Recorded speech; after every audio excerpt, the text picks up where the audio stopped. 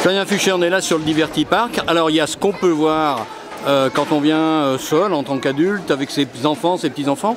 Et puis il y a ce qui peut se produire ailleurs, c'est-à-dire que toutes ces activités que vous avez là, dont beaucoup de jouets de bois, vous les externalisez aussi. Oui, c'est possible en fait. C'est d'ailleurs la base de notre modèle économique que d'avoir une double activité, l'activité sur site à Divertipark, là où on reçoit nos visiteurs, et la possibilité aussi de déplacer l'ensemble de nos jeux hors saison ou pendant la saison, puisqu'en fait on a tous les jeux qu'on voit à côté de nous, en fait on les a tous en double évidemment, et il est possible pour nous de se déplacer et de créer un événement à l'extérieur, notamment pour des événements d'entreprise, soirées entreprise, team building, ou événements en fait, qui contribuent à rassembler des gens autour du thème du jeu.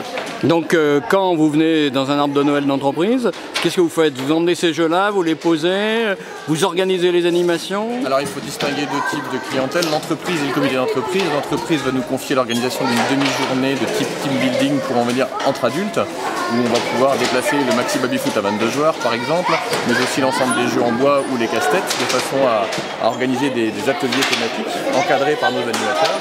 Et donc l'autre type de clientèle qui est le comité d'entreprise, qui lui va nous confier l'organisation d'un arbre de Noël par exemple, sur le thème du jeu, et on va recréer, on va dire, un mini-parc avec tous ces jeux-là sur on va dire un parc exposition ou alors une salle des fêtes de grand format, de façon à, sur une demi-journée, recréer l'ambiance d'ici.